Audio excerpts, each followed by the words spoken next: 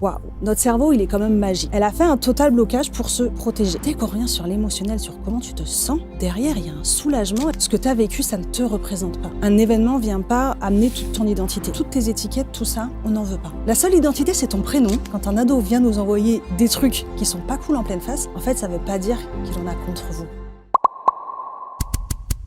On va donc découvrir le portrait de Laurie Lucas qui est installée sur les canapés, qui vient de Nantes. Bonjour Laurie. Bonjour. Merci d'être avec nous, merci d'être l'experte que vous êtes, la spécialiste que vous êtes aujourd'hui. Est-ce que vous auriez aimé avoir, adolescente, une spécialiste telle que vous? Eh bien, étonnamment, je me suis pas posé cette question. Ouais. Je l'ai en fait, c'est bien plus tard que je me suis dit, ah ouais, ça aurait été bien en fait. Ça aurait été cool, ouais. Ça vous aurait peut-être évité quelques déboires? Ouais, je pense que Ouais. c'est vraiment en fait avec le temps que je me suis dit, ah ouais, avec ce que j'ai vécu, ouais, je pense que ça aurait été bien plutôt que de tout garder pour moi et du coup de vivre tout ce que j'ai vécu derrière. Et en même temps, tout ce que vous avez vécu derrière fait la femme que vous êtes et la spécialiste que vous êtes aujourd'hui. Exactement. Incontestablement. Bon, alors évidemment, on va parler de l'adolescence, on va parler de la parentalité. Et alors c'est vrai, s'il y a bien un sujet délicat, c'est bien les ados. On a Surtout en ce tous moment. eu cette période, bien entendu, surtout ces nouvelles générations qui sont évidemment obnubilées par les nouvelles technologies, en particulier les écrans et autres. On en a beaucoup dit. Pourquoi avez-vous fait de votre spécialité et vous avez pris cet angle spécifique d'accueillir et de travailler avec des adolescents en particulier? Eh ben, c'est une très belle question parce qu'on me la pose souvent et que, en fait, j'ai eu la vraie réponse qu'il y a peu. C'est-à-dire qu'avant, j'avais toujours en fait la même signification du voilà, un ado, on est un peu entre deux tranches d'âge et j'ai cette impression qu'on fait beaucoup pour les jeunes, qu'on fait pour les parents, mais du coup, l'adolescence qui est l'époque où on vient remettre beaucoup de choses en question pour construire ses bases, eh ben, on les laisse un peu de côté et c'est un peu complexe. Et puis donc moi j'ai commencé à chercher en me disant, bon, il y a peut-être une raison quand même un peu plus profonde, qu'est-ce qui se passe, pourquoi l'ado quoi. Et c'est vrai que ça a commencé assez tôt déjà, quand j'étais en études d'infirmière, je savais que je voulais travailler avec les jeunes.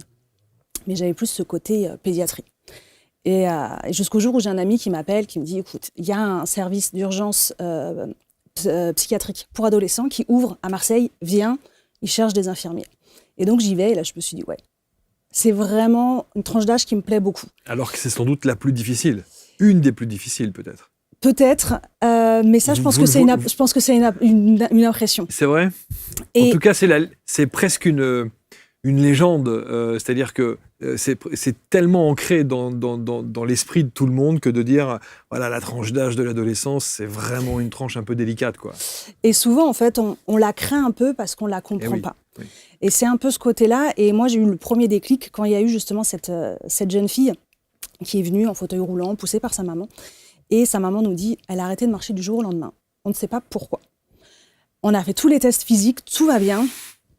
Vous êtes notre dernier espoir. Donc, jeune fille assez fermée, qui était très peu dans le relationnel. Moi, pour autant, je la traitais comme les autres jeunes. C'est-à-dire à essayer de comprendre ce qui se passait pour elle, comment elle se sentait, qu'est-ce qui était important Pas pour de elle. handicap. Elle avait pas... Elle était en fauteuil. Oui, mais ce que je veux dire, mais... vous ne l'avez pas traitée comme Exactement. une personne en situation de handicap. Exactement. Je ne lui faisais pas plus de faveurs que pour les autres. Il y avait un cadre à respecter. Et puis, un jour, elle vient me voir. Elle me dit, bon, écoute, Laurie, je suis prête à aller voir le médecin. Mais à une condition, c'est que tu viennes avec moi. Donc, on y va. Et là, elle nous a lâché une bombe auquel je ne m'attendais pas du tout. Et je me suis retrouvée, moi, vraiment bête à ne pas savoir quoi dire, quoi faire. Elle nous avoue en fait qu'elle a été victime d'une agression sexuelle de la part de son beau-père et que le jour où elle a appris qu'il sortait de prison, elle a arrêté de marcher. Donc c'était en fait de l'inconscience et je me suis dit waouh, notre cerveau il est quand même magique. Elle a fait un blocage? Elle a fait un total blocage pour se protéger. C'est-à-dire que c'est pas elle qui l'a consciemment qui a dit il faut que je me protège, c'est son cerveau qui a dit alerte et qui est venu du coup la protéger et qui est venu l'immobiliser vraiment tout le bas du corps.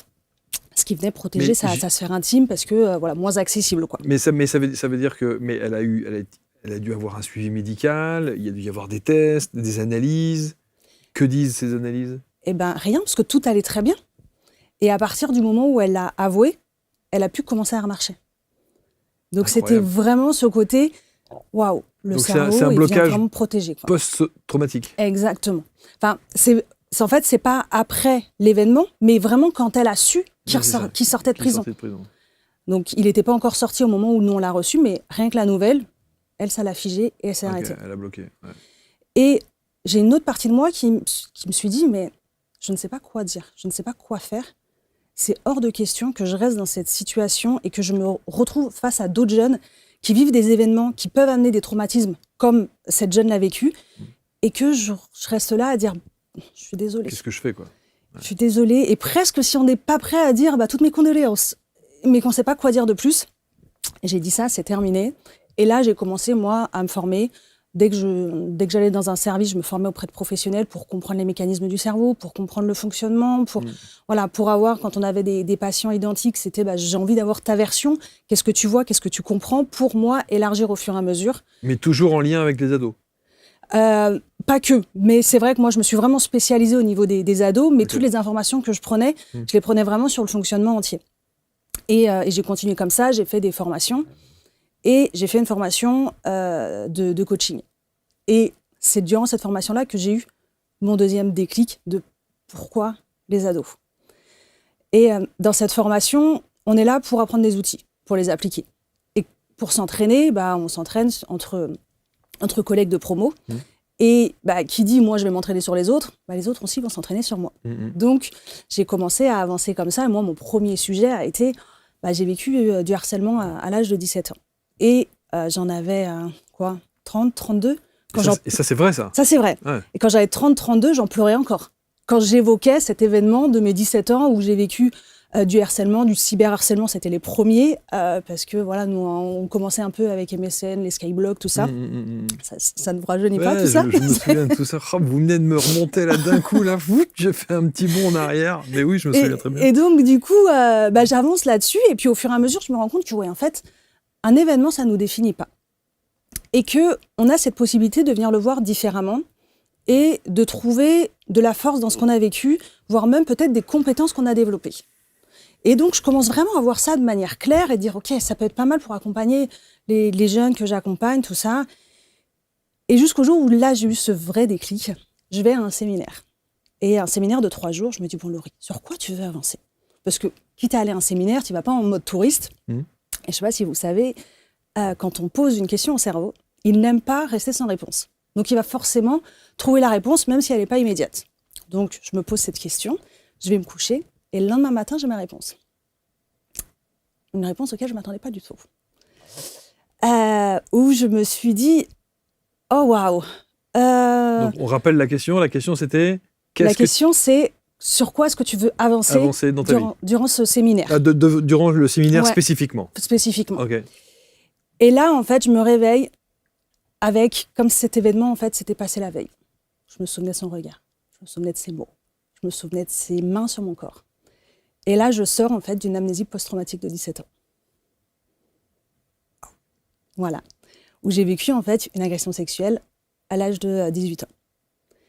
Et là, je me suis dit, oh, waouh, c'est pour ça qu'en fait, je vais accompagner les jeunes. Parce que moi, j'ai vécu des événements où je suis restée dans le silence et où ça a eu des impacts derrière sur ma vie sentimentale, sur ma vie professionnelle. Et ça a vraiment été ce déclic. Et là, je me suis dit, c'est pas non plus pour rien que j'attire les jeunes qui ont vécu des traumatismes sexuels. Ce genre de choses, bien sûr. Et si certaines réponses à vos questions existaient déjà, mais que vous ne les perceviez pas encore, la voyance fonctionne souvent de manière surprenante. Parfois, une information apparaît bien avant que la situation se produise réellement. Et lorsque, justement, des événements arrivent, quelques mois plus tard, un peu plus tard, beaucoup de personnes me disent « Maintenant, je comprends mieux, Stéphane, ce que vous vouliez dire. » Ces moments rappellent que notre vie, justement, avance par étapes et que certaines périodes sont là pour nous faire évoluer, nous faire grandir. Et la voyance, justement, peut alors devenir un outil pour mieux comprendre ces passages de vie, comme une projection, comme une guidance quelque part. Et justement, si vous souhaitiez découvrir cette expérience de voyance en direct, je vous donne rendez-vous bientôt. Vous pouvez trouver toutes les informations et le lien de réservation juste ici.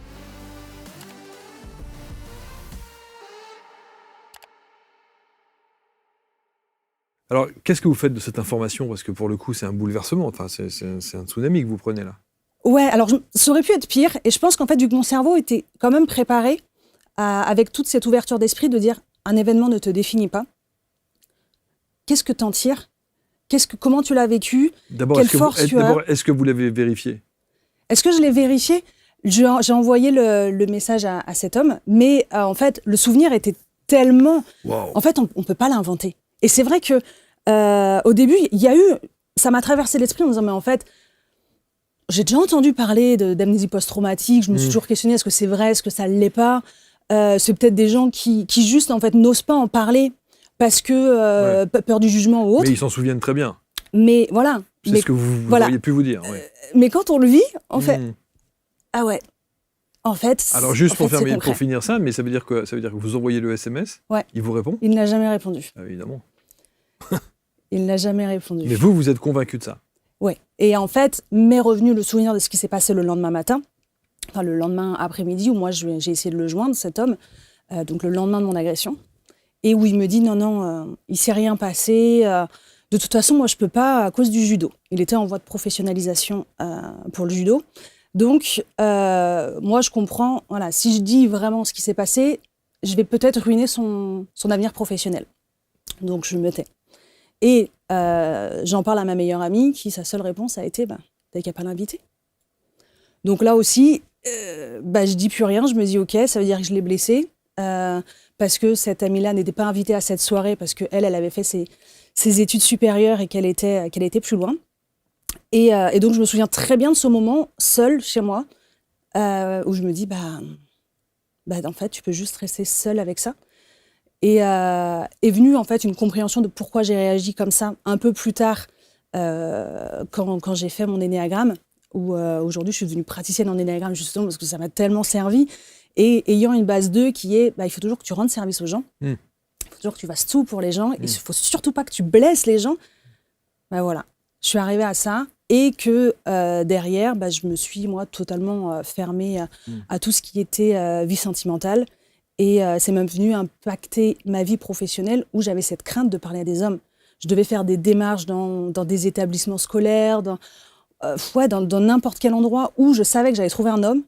Je faisais en sorte de ne pas y aller. Je trouvais des excuses, ça ne fonctionne pas et je ne comprends pas. Comment vous vous relevez de ça, alors ? Vu que j'avais commencé tout un travail justement sur tout ça, quand je l'ai pris, il y a eu l'émotionnel à venir. J'ai accueilli l'émotionnel en disant c'est OK. Et derrière, il me restait encore 1 an de formation de coaching pour continuer à avancer et pour aller vraiment voir OK, qu'est-ce qui est OK, qu'est-ce qui l'est moins, qu'est-ce que je comprends, qu'est-ce que j'ai envie d'en garder, de quelle manière j'ai envie de m'en servir. Mais parce que c'est une force que de pouvoir se dire ça. C'est-à-dire que quand, en général, on entend des témoignages comme ça de gens qui revivent une situation aussi difficile, en général, il y a un effondrement derrière. Il y a un impact qui est tellement énorme qu'il y a des conséquences. Mais on sent que vous avez eu cette force, visiblement, que de continuer, que de surmonter ça. Et je pense effectivement, quand on a ce choc, quand notre cerveau n'est pas prêt, effectivement, on peut totalement s'effondrer. Et je pense que c'est pour ça aussi que les amnésies, elles sont présentes, pour venir nous protéger. Eh oui. Et aujourd'hui, c'est exactement ce que j'amène les ados à faire. Quand j'accompagne les ados, c'est dire, OK, ce que tu as vécu, ça ne te représente pas. Un événement ne vient pas amener toute ton identité. Et donc, on vient voir ensemble, OK, qu'est-ce que j'ai vécu et de quelle manière je peux venir le transformer. Parce qu'on n'a pas besoin de vivre des gros traumatismes pour vivre ça.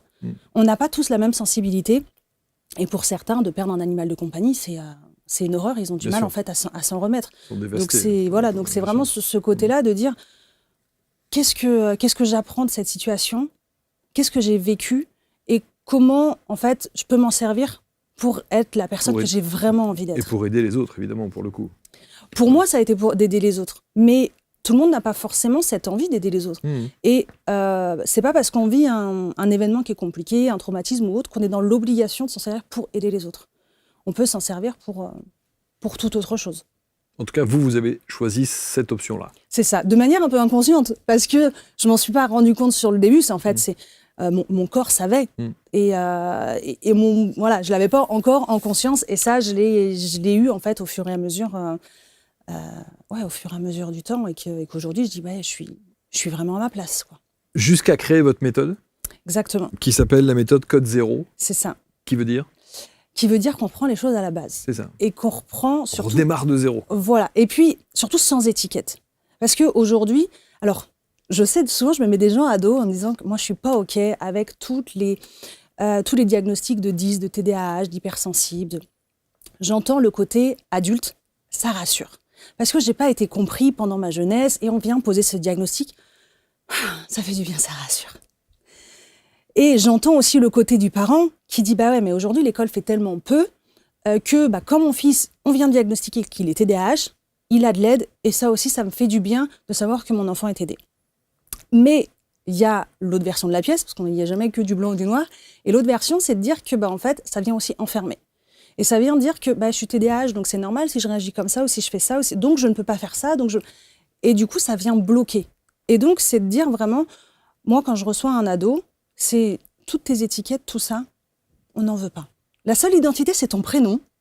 Et derrière, on va pouvoir voir vraiment qu'est-ce qui est important pour toi, qu'est-ce que tu ressens, vers où tu veux aller, qu'est-ce que tu as vécu, en fonction de la raison pour laquelle aussi il vient me voir. Alors, ça veut dire que, par définition, un ado vient par l'initiative, souvent avec l'initiative de ses parents, évidemment, puisqu'il est mineur. Ça veut donc dire que les parents, quand ils déboulent dans votre cabinet ou qui suivent votre accompagnement, et si l'enfant, l'ado, est diagnostiqué TDAH, HPI ou autre, ils vont mettre ça en avant tout de suite. Oui. Ah, c'est le premier truc. En général, les 3 minutes, c'est oui, alors j'ai des difficultés avec mon ado. Bon, faut savoir quand même qu'il est TDAH. Voilà, exactement. Donc, je l'entends, ouais. Mais derrière, moi, j'en Mais prends vous n'en tenez pas compte. Voilà. Ça veut dire que votre approche, par exemple, entre un 10 quelque chose, un TDAH, un HPI ou un autre, donc vous vous fichez de ce diagnostic-là, mais du coup, votre approche, elle n'est pas différente face à un TDAH, face à un 10 quelque chose ou face à un... On a tous la même base, c'est l'émotionnel. Et à partir du moment, en fait, où on vient mettre la lumière sur qu'est-ce que l'on ressent, de quelle manière est-ce que l'on existe. Aujourd'hui, dans la société, on est beaucoup dans ce cadre de « on existe parce qu'on fait ». Tu as passé une bonne journée parce que tu as fait ça ou parce que tu n'as pas fait ça. Et on oublie de remettre la lumière sur « ok, comment je me suis sentie, qu'est-ce que j'ai vécu ». Et ça, les ados, ils le ressentent énormément. Parce qu'on a vraiment, en fait, cette case de... Quand on est enfant, on est beaucoup plus dans la connexion à l'autre, dans la connexion à ce qui nous entoure. Et quand on regarde un adulte, on est beaucoup dans le faire. Et donc, l'adulte, quand il est dans l'accompagnement de son ado, il est le... Qu'est-ce que tu as fait? Tu as eu quelle note? Est-ce que tu peux vider le lave-vaisselle? Est-ce que tu peux ranger ta chambre? Et que dans le faire.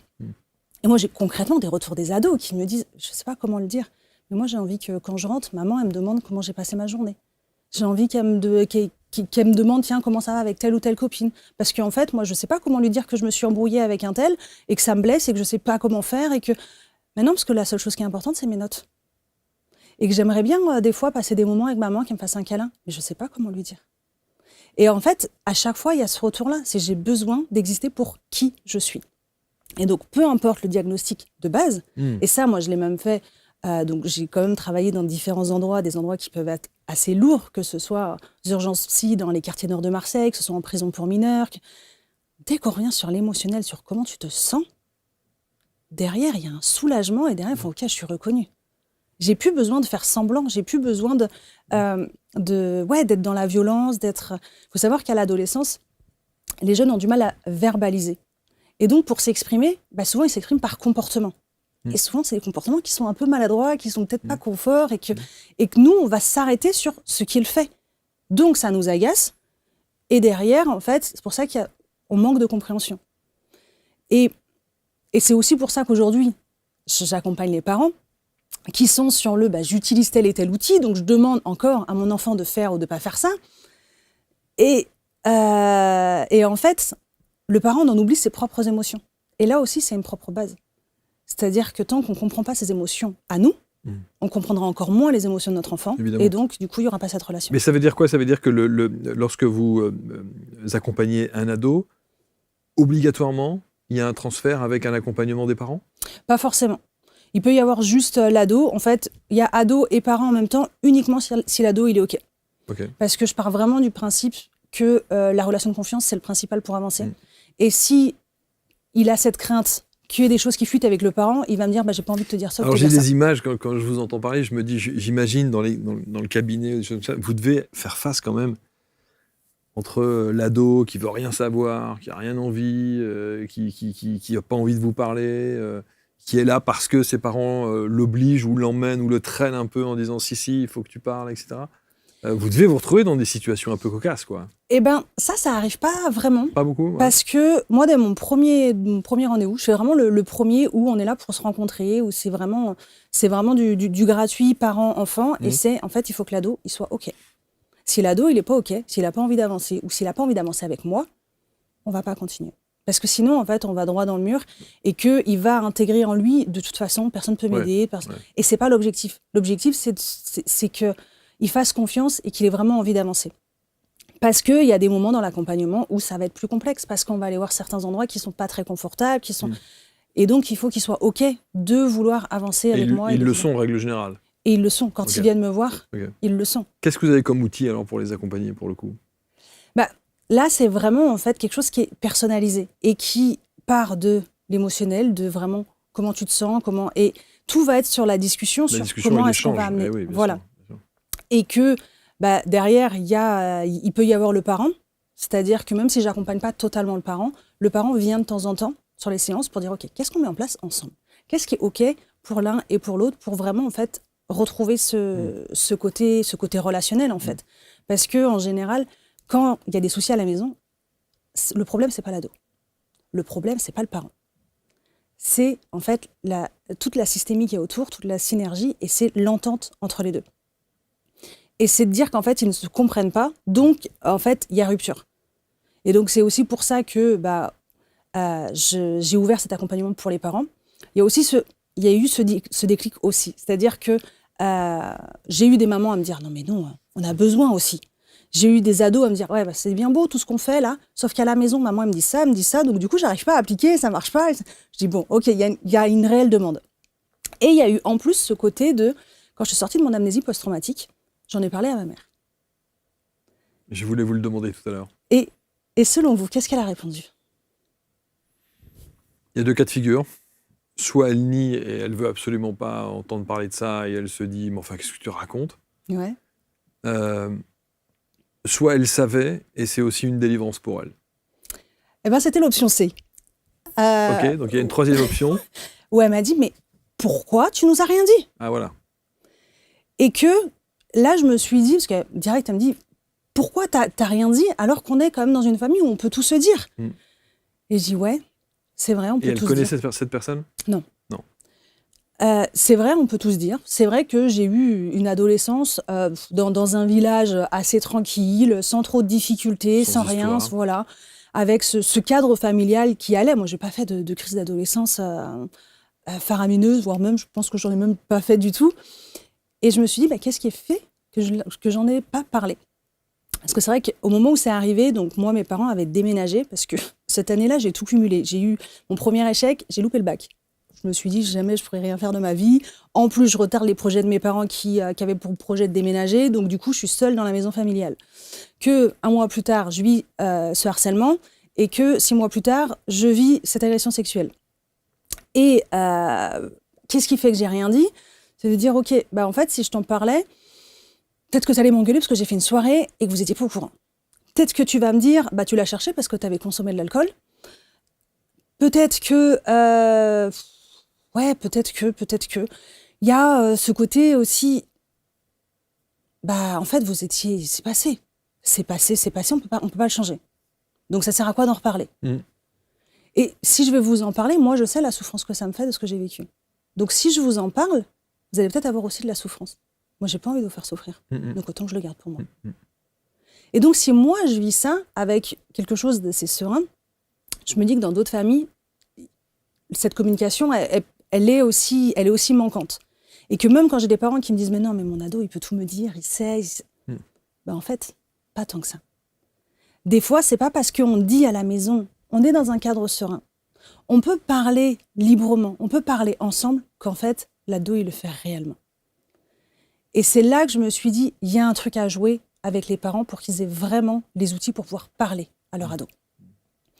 Qu'une simple phrase posée comme ça ne suffit pas, voire même c'est presque inutile. Découvrez le pouvoir extraordinaire des vibrations sonores avec Alex Michel, pionnier des fréquences thérapeutiques depuis plus de 20 ans. Imaginez pouvoir transformer votre état de conscience. améliorer votre concentration et votre sommeil grâce à des compositions uniques créées avec une technologie de pointe. Dans cette masterclass « Le pouvoir des sons et des vibrations », Alex Michel dévoile les secrets des fréquences sacrées et leur impact profond sur votre bien-être physique et émotionnel.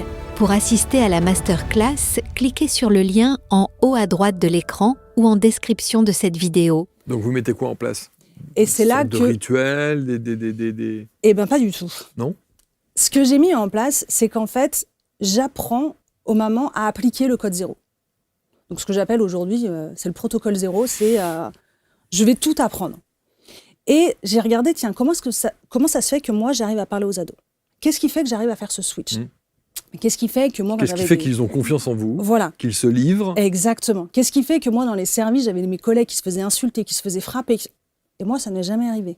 Je suis pas magicienne, je leur faisais pas peur non plus. Et donc, j'ai regardé un peu tout ça. Et j'ai regardé aussi, du coup, moi, mon vécu. Par quoi est-ce que je suis passée? Et en fait, le point de bascule, c'est de se dire que on est tous individualistes. On pense à nous en premier. Même si on dit qu'on pense aux autres, on pense à nous. Et tout ce que l'on voit autour de nous est uniquement par rapport à notre propre perception, par rapport à ce qu'on a vécu, par rapport à ce qu'on nous a appris, par rapport à ce qu'on a décidé de garder, de ne pas garder. En gros, déjà, pour moi, le red flag, c'est de se dire, dès qu'on se dit, c'est normal de faire ça, c'est normal quand même de ranger sa chambre. Tout ce qui est normal, c'est culturel, c'est personnel. Et donc, c'est d'aller voir, qu'est-ce qui fait que tu penses ça? Moi, j'adore poser cette question, parce que la chambre, c'est toujours le conflit. C'est vrai. Et donc, je pose cette question, mais qu'est-ce qui fait que tu as absolument besoin que sa chambre elle soit rangée? Ça a quelle signification pour toi? Et donc, d'aller vraiment voir, en fait, quel est le sens des demandes des parents. Et derrière, d'aller voir aussi, en fait, ton ado, il te pratique depuis sa naissance. Il a appris à être qui il est en t'observant toi. Donc, tu peux être sûr qu'il te connaît presque mieux que toi-même, tu te connais. Et donc, il sait sur quel bouton appuyer pour te faire réagir émotionnellement. Et donc, on va voir un peu le côté émotionnel. Qu'est-ce qui réagit en toi émotionnellement? Et c'est le point de départ. Et des fois, on n'est même pas arrivé sur l'étape de je vais t'apprendre à comprendre ton enfant et ensuite à personnaliser les outils. Rien que quand la maman, elle vient en fait se poser et dire, OK, qu'est-ce qui se joue en moi? Ça fait écho à quoi? Qu'est-ce qui est important pour moi?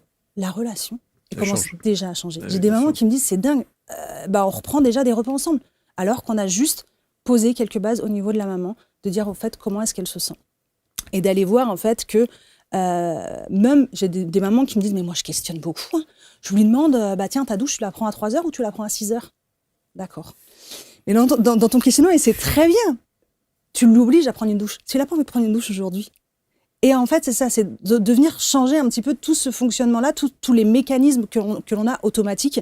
Parce que tout ce qui est automatique, ça vient en fait d'une blessure qu'on a vécue. Après, c'est toujours la difficulté, et bien sûr qu'on a fait plein d'émissions sur la parentalité, c'est de se dire à quel moment on doit poser un cadre et à quel moment on doit avoir l'intelligence d'une certaine souplesse pour que cet adolescent puisse aussi prendre ses propres décisions. La frontière, elle est très fine, quoi. Donc c'est aussi ça qui est délicat. Être un bon parent, qu'est-ce que ça veut dire être un bon parent? C'est toujours pareil. Et c'est vrai qu'un bon parent, ça n'existe pas. Ça n'existe pas. Et souvent, on a en plus ce comparatif de... souvent, j'amène le côté maman parce qu'il est très présent. Je suis une bonne maman par rapport à ce que l'extérieur dit. Et aujourd'hui, on est en plus dans une société assez patriarcale qui vient toujours amener, c'est quand même maman qui va arrêter sa carrière pour les enfants. Bizarrement, quand l'enfant est malade à l'école appelle qui? Appelle rarement papa, appelle maman. Donc ça amène en fait à chaque fois toute cette charge-là. Et en fait, le côté bon parent, il existe à partir du moment où on se donne de la place à nous. Et on arrive en fait à reconnaître ce qui est important pour nous. Et derrière, on va pouvoir poser un cadre qui est juste pour nous et pour notre ado. Parce que souvent, quand on pense cadre, on pense quelque chose qui est rigide. Ou alors, à l'inverse, quelque chose qui est trop souple. Mais si on voit en fait le cadre vraiment comme une maison, si le cadre il est trop strict, à vouloir enfermer, ça manque de liberté. Et donc l'ado, il va venir se confronter, il va dire je peux pas passer. Il va creuser un trou, il va passer sous le mur ou il va passer au-dessus, il va trouver une solution et il va s'en aller. Et il va essayer derrière, une fois qu'il est à l'extérieur, de trouver... Faire n'importe quoi. Voilà, il va trouver de la... Alors, c'est pas forcément faire n'importe quoi, c'est qu'il va essayer de trouver des personnes à qui se référer et qui sont pas forcément les bonnes, effectivement. Oui, bien sûr. Il y a le côté, du coup, j'amène plus de liberté, Mais du coup, là, le cadre, il est trop souple Mais et je peux pas m'appuyer. quelle différence il y a entre ce que vous faites en tant que spécialiste et une psychologue, par exemple? C'est un boulot de psychologue, ça aussi. Les psychologues ont cette approche-là aussi, non? Ça peut, aujourd'hui, une spécialité, un métier, ça veut plus dire grand-chose. Parce que ça dépend, en fait, de ce qu'on en fait, de quelle Bien manière sûr. on se forme et de quelle manière, en fait, on vient l'appliquer. Il y a des psychologues qui sont merveilleux, comme il y en a d'autres qui sont juste Bien sûr. dites-moi, vous avez quoi à me dire? Ouais.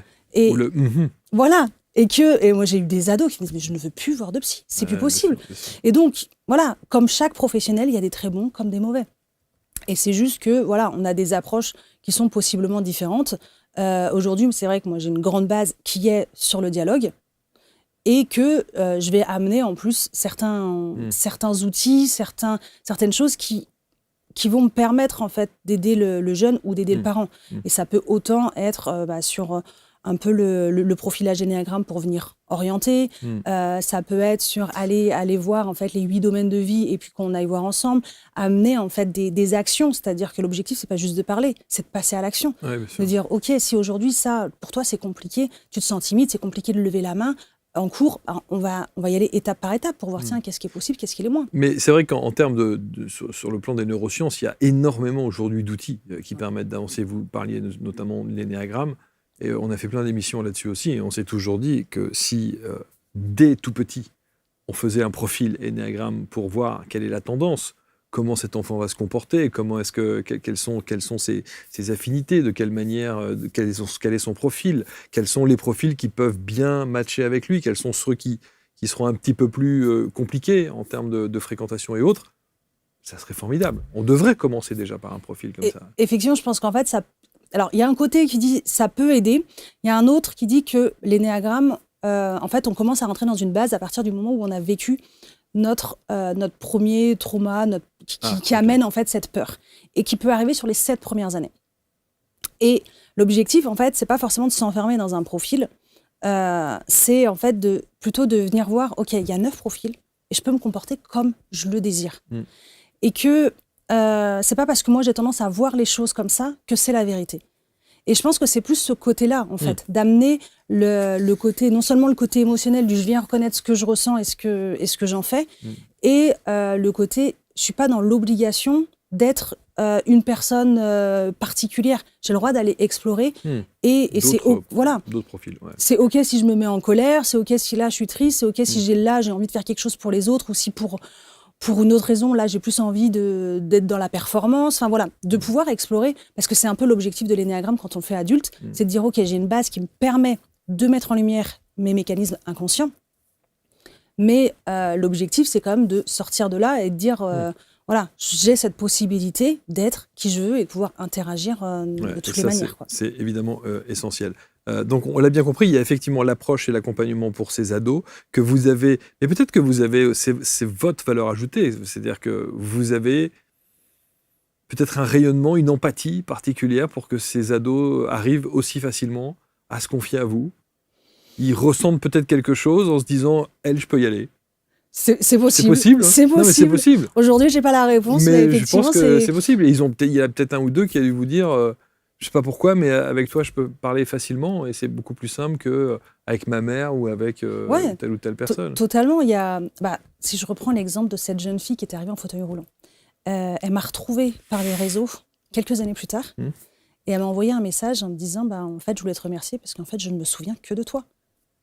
Je ne me souviens que de ce que tu as dit, que de ce que tu as fait. Est-ce que ça est le déblocage que vous avez pu permettre? Alors que le jour où elle est partie du service, elle a écrit une tartine sur mon compte, mais pas glorieuse. Hein. Ah bon? Vraiment, j'ai été convoquée par le médecin en disant, voilà, elle pense ça. Ah bon, d'accord, ok. Pas sympa. Et donc, c'est là en fait, je trouve ça d'autant plus merveilleux, c'est de se dire, en fait, quand un ado vient nous envoyer des trucs qui sont pas cool en pleine face, en fait, ça veut pas dire qu'il en a contre vous. Ça veut dire qu'il s'est passé des choses et qu'il ne sait pas forcément comment s'exprimer.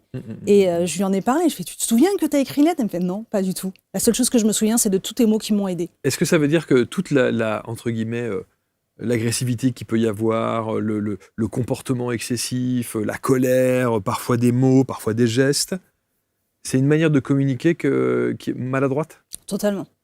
C'est exactement ça. C'est vraiment le fait de j'ai du mal à mettre des mots sur ce que je ressens, sur ce que je vis, sur ce que j'ai envie de te dire. Donc je l'exprime de cette manière-là. Donc je l'exprime par des comportements et qui sont très souvent maladroits. Ouais. Et sauf que quand on est en face, si nous on décide de le prendre personnellement, de dire tu m'agresses ou tu me rejettes, on va avoir une réaction et on vient avoir aussi un comportement qui n'est pas forcément cool. Et c'est là qu'arrive la friction. On peut vous consulter à distance ? Totalement. En visio ? Ouais. Et ces visios peuvent se faire aujourd'hui en présence des parents ou pas ? Quand c'est un premier rendez-vous pour un accompagnant pour ado, obligatoirement Bien avec le parent. Ouais. Et ensuite, ça dépend. Est-ce que c'est l'enfant qui a cette envie d'avancer parce qu'il vit une difficulté ou est-ce que c'est le parent qui dit bon, là, c'est un peu tendu à la maison et moi aussi, j'ai envie d'avoir des outils pour avancer, pour réussir à retrouver ce lien parce que là, j'ai l'impression d'avoir tenté tellement de choses que je me sens épuisée, je me sens fatiguée. Quand on sait effectivement la difficulté d'avoir des ados à la maison, l'incompréhension, parfois on se dit que un soutien et un accompagnement et une autre manière de procéder, c'est plutôt le bienvenu quand même. C'est ça, pour vivre en fait vraiment cette période de harmonie, manière sereine, bien sûr. Que ce soit agréable pour toute la famille. Quoi. Qu'est-ce que vous aimeriez qu'on retienne de vous, Laurie ? Belle question. Qu'est-ce que j'aimerais qu'on retienne de moi ? De cet échange ? De se dire vraiment que peu importe ce qu'on a pu voir, ce qu'on a pu vivre, ce qu'on a pu faire subir, un événement, ça ne nous représente pas. Et qu'on a tous en nous des capacités qui sont merveilleuses. Et on a la possibilité de créer de grandes choses pour peu juste qu'on vienne mettre un peu la lumière sur qui l'on est, sur ce qu'on ressent. Et qu'on ose demander de l'aide pour pouvoir avancer sans rester seul et sans porter un poids trop lourd. La méthode du code 0 avec Laurie Lucas. Merci infiniment. On va mettre autour de la vidéo tous les liens pour rentrer en contact avec Laurie. Vous connaissez le principe maintenant. Vous allez partager et commenter avec bienveillance, évidemment. Bon courage. Merci. Bon, vous avez quelques cas en mémoire encore là, de situations D'ado ? Ouais, toujours. J'en ai une où j'ai une maman qui est venue me voir en disant t'es notre seul espoir parce que là on a tout fait, elle a eu des traitements, elle a été en HP, elle se scarifie, je ne sais plus quoi faire. C'est un accompagnement qui commence ? Non, qui est terminé. Et donc elle va bien ? Elle va très très bien, au bout d'1 mois elle avait arrêté de se scarifier, elle prenait plus de traitement, elle se sentait mieux. Elle avait trouvé en fait ce côté en fait qui l'animait, donc elle s'est mise dans l'art, dans tout ce côté-là. Là, elle reprend des études parce qu'elle pouvait même plus aller en cours à ce moment-là. Elle est devenue bilingue et ça fait quoi ? Ça doit faire 6 mois, grand max.